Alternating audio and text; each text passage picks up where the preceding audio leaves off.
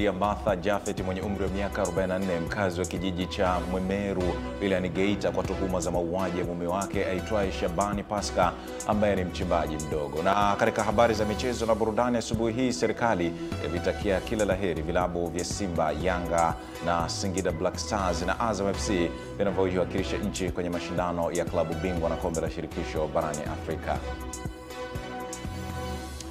Naam, hujambo na karibu sana popote pale ulipo. Ni asubuhi nyingine ambayo tunakutana hapa kwa ajili ya kuja kutazama habari mbalimbali, zile ambazo tumezipa uzito na zile ambazo pia zitakazojiri. Mimi naitwa Juma Mohamed, niko hapa kwa ajili ya kukuhabarisha katika habari za kitaifa sambamba na habari za michezo na burudani, lakini pia tutapata nafasi ya kutazama kunani katika magazeti mbalimbali ambayo yametufikia asubuhi hii ya leo, na tenda kutazama ukokote. Lakini pia matangazo haya yako mubashara kupitia YouTube channel yetu. Karibu tuweze kuangaza habari hizi.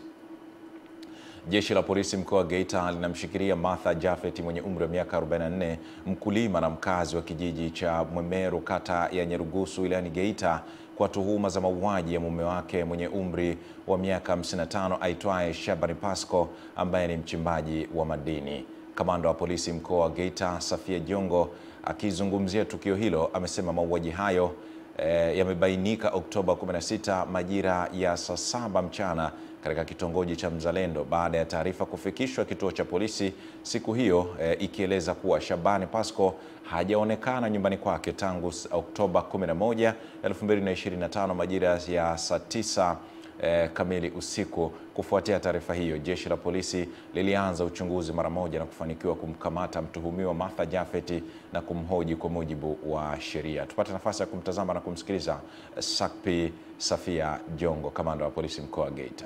Tulimkamata mwanamke mmoja anaitwa Martha Japhet ambaye ana umri wa miaka 44, ni Mnyamwezi na ni mkulima, mkazi wa kitongoji cha Mzalendo, kijiji cha Mwemeru, kata ya Nyarugusu, wilaya ya Geita. Baada ya mahojiano makali, mwanamke huyu alikiri kwamba marehemu ni mume wake na kwamba siku hiyo ya tarehe 11 majira ya saa 3 usiku mwanaume huyo alirudi nyumbani, lakini wakawa na ugomvi ambapo ilimpelekea kumshambulia kwa kitu chenye ncha kali, na baada ya kumshambulia mwanaume huyo alifariki dunia. Na baada ya kufariki akaamua kuchimba shimo ndani ya nyumba yao na kisha akamfukia, na baada ya kumfukia akajaza kifusi juu na kuchukua magunia ya udaga na kuyapanga juu yake. Hivyo alituonyesha eneo ambalo alimzika mwanaume huyo, na kwa kutumia kibali cha mahakama tulifukua na tulikuta mwili huo ukiwa umeharibika vibaya, na maiti ilionyesha kwamba alikuwa ameshambuliwa na kitu chenye ncha kali. Naomba niendelee kutoa wito kwa jamii kwa kuacha kujichukulia sheria mikononi. Migogoro ya kifamilia, kila siku tunatoa elimu kwa jamii kuhusiana na mauaji yanayo chanzo chake kikiwa ni ukatili wa jinsia. Na tunasema ukatili kwa Geita uko pande zote mbili. Wanaume wanafanywa ukatili mpaka wanapoteza maisha ikiwemo huyu, lakini wanawake wanafanywa ukatili mpaka. Haya, taarifa hiyo kutoka mkoani Geita inatupeleka kuangaza taarifa nyingine ambapo Wizara ya Elimu, Sayansi na Teknolojia imesema serikali inaendelea kuwekeza katika elimu ya ufundi na ufundi stadi ili kuandaa vijana wenye ujuzi, umahiri na ubunifu wanaokidhi mahitaji ya soko la ajira. Tupate taarifa zaidi kutoka kwa mwanahabari wetu. Hayo yamebainishwa jijini Dar es Salaam na Katibu Mkuu wa wizara hiyo, Profesa Caroline Nombo, kwenye kongamano lililoandaliwa na Chuo cha Ufundi Stadi VETA kwa kushirikiana na wamiliki wa viwanda, waajiri na wadau wa ufundi stadi, lenye lengo la kukusanya maoni yatakayoongezwa kwenye mtaala mpya. Hatua hii inathibitisha kuwa Tanzania ipo katika mwelekeo sahihi wa kuwa taifa lenye uchumi mkubwa itakapofika 2030. Ukuaji wa sekta ya viwanda sasa unaibua mahitaji makubwa ya nguvu kazi yenye ujuzi na mahiri ya kisasa. Ndiyo maana sasa imekuwa ni vizuri sana wenye viwanda na waajiri tukae pamoja kutafakari umuhimu na namna tutakavyoboresha ujuzi ambao utaenda kuleta tija katika viwanda hivi vinavyokuwa. Naye naibu katibu mkuu wa Wizara ya Viwanda na Biashara, Daktari Suleiman Hassan Serela, amesema serikali ipo katika mkakati wa kujenga viwanda vitakavyotegemea waajiri wazawa na kupunguza tatizo la ukosefu wa ajira nchini. Wito wangu ndugu mgeni rasmi kwa wamiliki wa viwanda na waajiri, leo ni siku ya kutafakari na kuchukua hatua ya kuwa na mpango wa vitendo. Wamiliki wa viwanda na waajiri, mnayo nafasi ya kipekee ya kuwa sehemu ya mapinduzi ya ujuzi nchini, yani skills revolution. Hivyo tuunganishe nguvu zetu kati ya sekta ya umma na binafsi ili kuhakikisha kuwa mafunzo yanayotolewa na VETA yanalingana na teknolojia na mahitaji ya soko la ajira, ikiwemo Industry 4.0 na Artificial Intelligence na mambo ya viwanda vya kijani, yani green industrialization. Kongamano hilo linatajwa kusaidia uwepo wa mtaala wa elimu ya ufundi unaokidhi mahitaji ya waajiri kwa kupata wataalamu waliobobea katika fani mbalimbali. Wadau hawa wa leo ni muhimu sana kwetu, na umuhimu wao kwanza ni katika kuhakikisha kwamba tunatoa mafunzo yaliyo yenye ubora kwa ajili sasa ya kuweza kuhakikisha kila wanachokihitaji, ujuzi wanaohitaji kwa wale watu ambao wataenda kuwaajiri, basi wanakuwa na vigezo na sifa zinazofaa. Sasa ili tuweze kwenda huko, tunaanzia kwenye eneo lile la mitaala. Mitaala lazima tuweze kukutana na wadau hawa, tuweze kujadiliana nao, tukimaliza ndo tuweze kwenda kwenye procedure zingine za urasimishaji wa mitaala hiyo. Tunatambua kuwa ili mwanafunzi awe na umahiri wa kweli, anapaswa kujifunza na kujaribu kwa vitendo kile ambacho anakuwa amejifunza darasani. Kwa msingi huo, sisi bodi tumesisitiza katika sera na miongozo yetu kuwa mitihani na tathmini za wanafunzi zijikite zaidi katika vitendo. Esther Mtebe, Channel 10. Asante mwanahabari Esther Mtebe kwa taarifa hiyo. Taasisi ya saratani ya Ocean Road imetoa semina elekezi ya saratani kwa waandishi na wahariri wa vyombo vya habari, ikiwa na lengo la kuimarisha uelewa kuhusu uchunguzi wa mapema wa saratani ya matiti na kuhamasisha jamii kuchukua hatua za mapema. Taarifa zaidi na mwanahabari wetu ambaye anatujuza.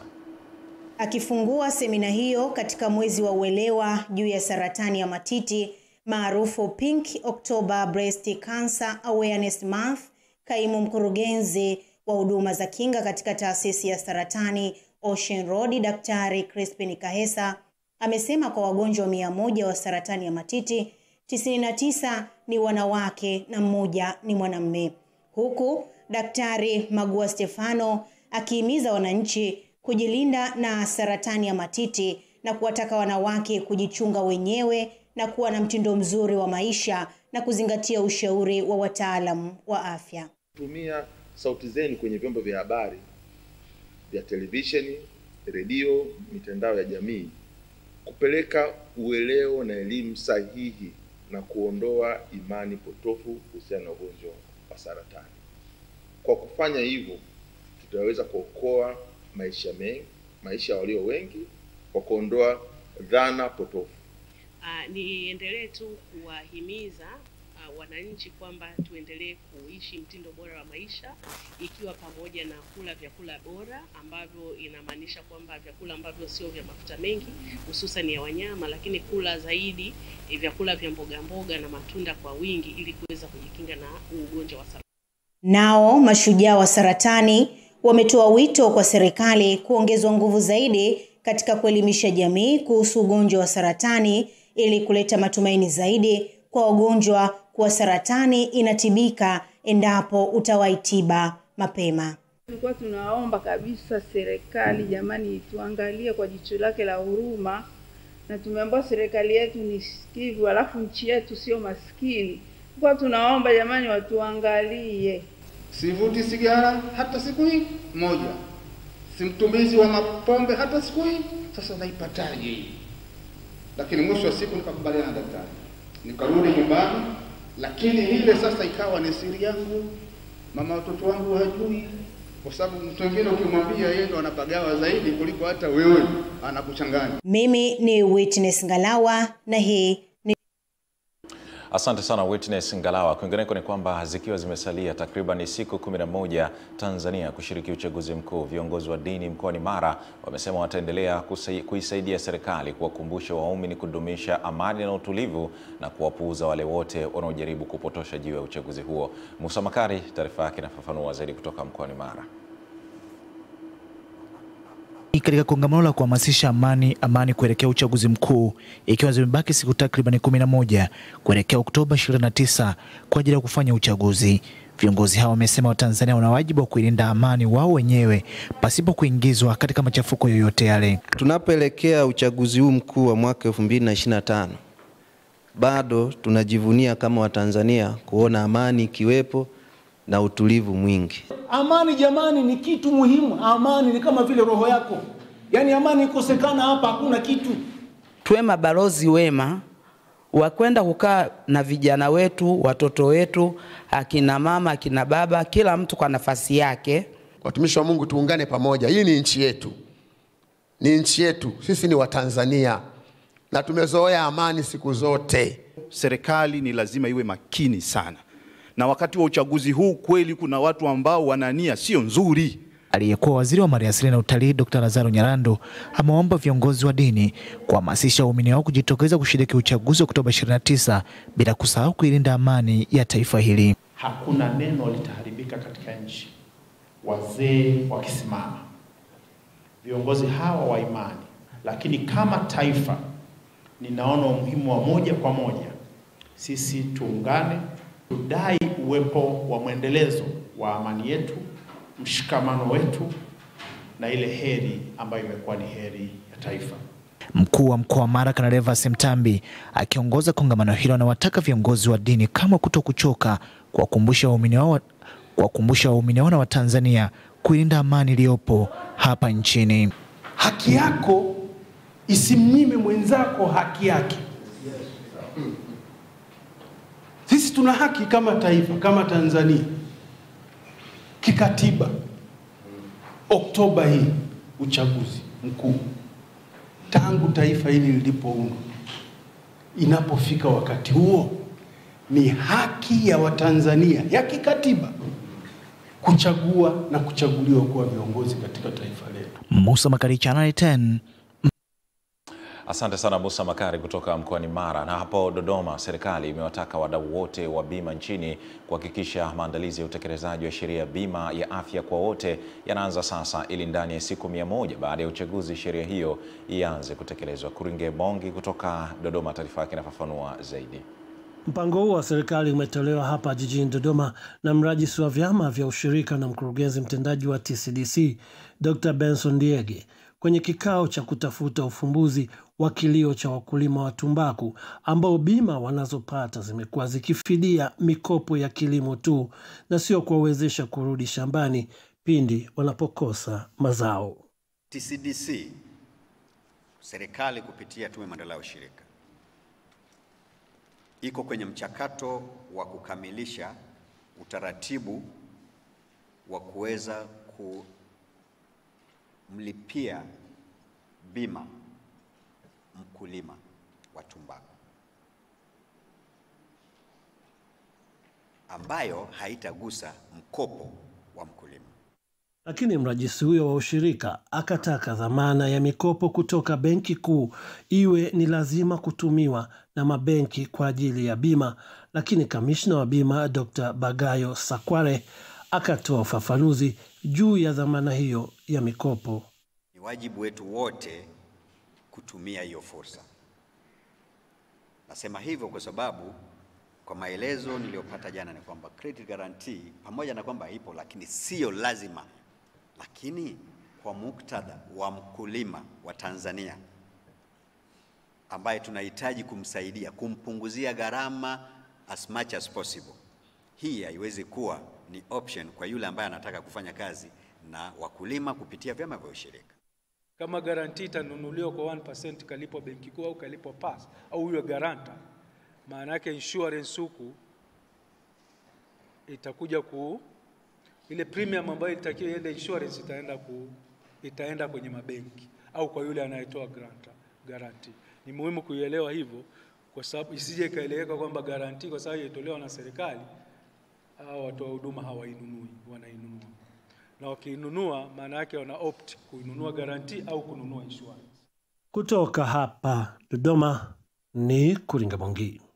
Asante Kuringamongi kutoka Dodoma. Kama kwanza unaungana nasi, hii ni habari kutoka hapa Asubuhi Njema. Mimi naitwa Juma Mohamed na tunaendelea kutazama habari mbalimbali. Tunaambiwa kuwa wakazi wa Temeke ambao ni wafanyabiashara katika soko la matikiti eneo la Tazara Vetinari wametakiwa kujitokeza kwa wingi katika uchaguzi wa Oktoba 29, lakini pia kumchagua mgombea urais kupitia CCM Dr. Samia Suluhu Hassan, mbunge pamoja na diwani wanaotokana na chama hicho ili kuwaletea maendeleo. Taarifa zaidi na mwanahabari wetu.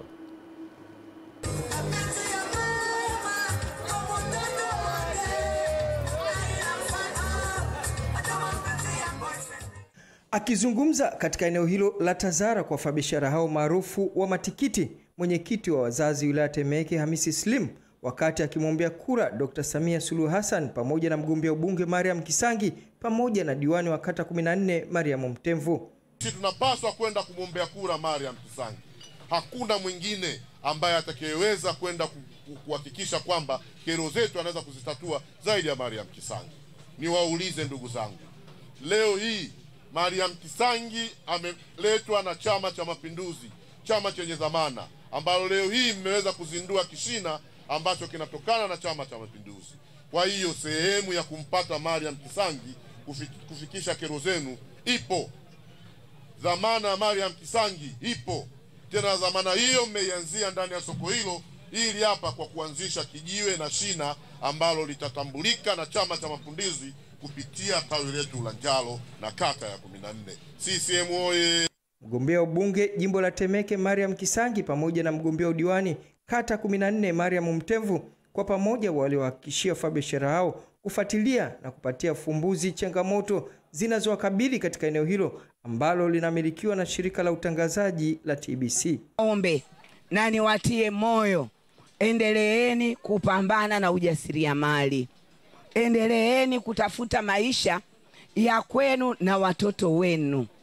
Chama cha Mapinduzi na ilani ya Chama cha Mapinduzi ambayo mimi nilikabidhiwa tarehe 31 mwezi wa 8 inaelekeza wazi kwamba na inatambua sekta binafsi, lakini wajasiriamali wadogo wadogo na wakubwa.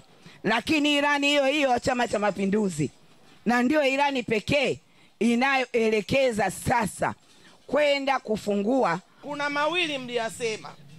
Moja kubwa kwamba mnataka muwe wapangaji wa TBC kwa sababu mnatambua eneo ni la TBC. Mnahitaji muwe wapangaji. Sasa hili ni la mazungumzo.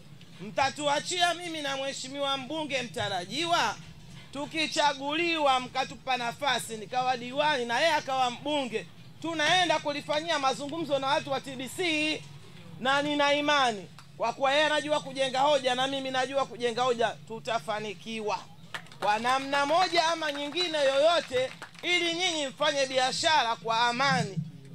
Hamisi Suleiman, Channel 10. Asante sana Hamisi Suleiman, na taarifa yake inatupeleka huko Pemba. Katibu Mkuu Wizara ya Uwezeshaji, Ustawi wa Jamii, Vijana, Wanawake na Watoto, Abeida Rashid Abdallah amekagua mradi wa ujenzi wa nyumba za wazee Limbani na kumtaka mkandarasi kuongeza kasi ya utekelezaji ili ujenzi huo ukamilike kwa wakati. Masanja Mabula ni shuhuda wa taarifa hiyo kutoka huko Pemba. Amesema serikali imedhamiria kuona kila mradi unaolenga ustawi wa makundi maalum unatimia kwa viwango vya juu na ndani ya muda uliopangwa. Hivyo hakuna sababu ya mkandarasi kulegalega wakati fedha na vifaa vimeshakwisha kutolewa. Na tumekuja kuangalia hatua ambazo zinazoendelea, yani progress ya ujenzi wa eneo hili la Limbani kwa ajili ya wazee wetu, na kwa kweli inaendelea vizuri, isipokuwa tu kuna maeneo mengine yanahitaji jitihada zaidi. Aidha, ameongeza kuwa matarajio ya serikali ni kuona wazee wanarejea katika nyumba hizo mapema iwezekanavyo kama ilivyoelekezwa na Rais Dr. Hussein Ali Mwinyi, ambaye mara kadhaa amesisitiza umuhimu wa kuwatendea haki na kuwapatia mazingira bora ya kuishi wazee waliotumikia taifa kwa muda mrefu. Wazee wawe wanaweza kutumia hili eneo. Sasa hivi tumeweka eneo jingine lakini hilo ni eneo la muda, lakini wakirudi hapa basi watakuwa na eneo zuri, kwa sababu ukiangalia hapo mwanzo hata huu ukuta ambao unauona umezungushwa, ukuta huu ulikuwa haupo. Kwa watu ilikuwa rahisi kuingia hapa na kufanya kile wanachokitaka, lakini yote haya kwa sababu tuone kwamba wazee wakae eneo zuri. Kwa hiyo tunategemea mpaka Disemba kabla sherehe zetu za Mapinduzi basi wazee wawe wamehamia. Mume wake msimamizi wa ujenzi wa mradi huu Ali Hamisi Masudi ameahidi kuongeza nguvu na rasilimali ili kuhakikisha ujenzi unakamilika ndani ya muda uliopangwa. Kazi yetu hii ilikuwa na makundi matano. Kuna msikitini Moscow, kuna jikoni, kuna guard house na main building na external work kama inavyojionyesha. Na hapo kila kazi ambayo inaonyesha na asilimia zake zilipofikia. Ziara katibu mkuu Wizara ya Uzalishaji katika eneo la Limbani umeweka matumaini mapya wazee wanaosubiri kurejea katika makazi yao. Ni Masanja Mabula, Channel 10, Pemba. Asante Masanja Mabura. Tunaambiwa kuwa hospitali ya taifa ya Muhimbili imepokea jengo la matibabu ya afya ya akili ambalo limefanywa ukarabati na benki ya Exim chini ya mpango wa kurejesha kwa jamii katika kipindi cha maadhimisho ya siku ya kimataifa ya afya ya akili. Mkurugenzi wa hospitali ya taifa ya Muhimbili Dr. Delila Kimambo amesema msaada huo ni muhimu wakati huu ambapo jamii inashuhudia kuongezeka kwa matatizo ya afya ya akili ikifananishwa na majanga ya vita, ajali na migogoro inayotokana na ukatili wa kijinsia.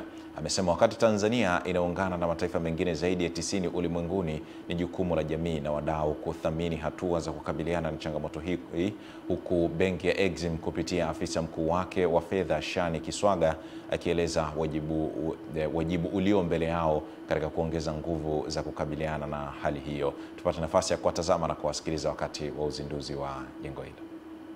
Katika maadhimisho haya tunatoa wito maalum kwa wadau wote, wadau wa maendeleo. Tunawaomba tuendelee kushirikiana pamoja na mifumo ya mental health psychological support, yaani mifumo ya upatikanaji wa misaada ya kisaikolojia ya kijamii nyakati za majanga. Jamii kwa ujumla tushirikiane kuondoa unyanyapaa, tuchukulie afya ya akili kama sehemu muhimu ya afya ya binadamu. Tumejiwekea lengo la kukusanya jumla ya shilingi za Kitanzania milioni 300 katika kipindi cha miaka mitatu ili kusaidia kuboresha miundombinu na utoaji wa huduma kwa ndugu zetu wenye changamoto za afya ya akili.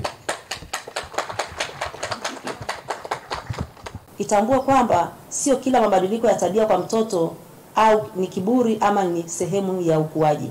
Hatua za mapema zichukuliwe kwa kuwafikisha hao watoto kwa wataalamu wa saikolojia kwa ajili ya utambuzi na tiba ili kuwasaidia katika hatua za awali za tatizo badala ya kuwapatia adhabu kali na za kikatili ambazo mwisho wa siku pia inafanya watoto wazidi kuathirika. Taarifa hiyo moja kwa moja inatupa nafasi kwenda kuziangaza habari za michezo na burudani asubuhi hii ya leo. Serikali kupitia Wizara ya Habari, Utamaduni, Sanaa na Michezo imezitakia heri timu za Simba, Yanga, Azam na Singida Black Stars kuelekea michezo yao ya hatua ya kwanza michuano ya Ligi ya Mabingwa na Kombe la Shirikisho barani Afrika inayotaraji kuchezwa kuanzia hivi leo kwa vilabu vya Tanzania. Tupate nafasi na mwanahabari wetu. Kauli hiyo ya serikali imetolewa na Katibu Mkuu wa Wizara ya Habari, Utamaduni, Sanaa na Michezo ambaye pia ni msemaji mkuu wa serikali, Gerson Msigwa, ambapo amesema serikali ina imani kuwa timu zote zitafanya vizuri na kuongeza kuwa hamasa ya goli la mama bado inaendelea. Viwango ambavyo wameonyesha katika mechi zilizopita, wana uwezo wa kuingia katika makundi. Kwa hivyo Mheshimiwa Rais Dr. Samia Suluhu Hassan kama ilivyo kawaida yake anawatakia kila laheri, na yeye kama ambavyo amefanya kwenye mechi zilizopita anaendelea kuwaunga mkono kwa goli la mama. Kwenye hatua hii bado tuko kwenye kiasi cha shilingi milioni 5 kwa goli moja, lakini shilingi milioni 5 hiyo itakuwa ni kwa mechi ambayo timu imeshinda. Kwa hivyo muhimu, Mheshimiwa Rais anataka timu zitoke na matokeo mazuri, tukianza na mechi ya Azam na KMKM, lakini pia mechi ya Singida Black Stars, mechi ya Simba, mechi ya Yanga. Katika hatua nyingine, Msigwa ametumia nafasi hiyo kuwapongeza na kuwatakia heri timu ya JKT Queens ambao wataiwakilisha Tanzania kwenye michuano ya Ligi ya Mabingwa kwa wanawake. Tunawapongeza sana, na hata kwenye zawadi zile zilizopita na wao wamepata shilingi milioni 10. Naamini watakuwa wameshakabidhiwa, lakini uwakilishi wote wa kimataifa Mheshimiwa Rais alishaahidi kutoa goli la mama. Kwa hivyo na wao tutawaangalia, hatuwezi kuacha tupo. Na kwa kweli nichukue nafasi hii kuwashukuru sana wenzetu Wizara ya Ulinzi na Jeshi la Kujenga Taifa kupitia Jeshi la Ulinzi la Wananchi Tanzania na Jeshi la Kujenga Taifa ndani yake kwa kazi kubwa ambayo wanaifanya ya kusapoti michezo. Kwa kweli jeshi linatutoa kimasomaso, yaani hili sasa kila mmoja anaona. Mimi ni Juma Abdurrahmani na hii. Asante mwanamichezo Juma Abdurrahmani. Taarifa yake ndio inatuhitimishia habari asubuhi ya leo kutoka hapa Asubuhi Njema. Mimi ni Juma Mohamed. Tupate mapumziko mafupi, tukirejea tutakuja kutazama kunani katika magazeti mbalimbali ambayo tulionayo asubuhi hii.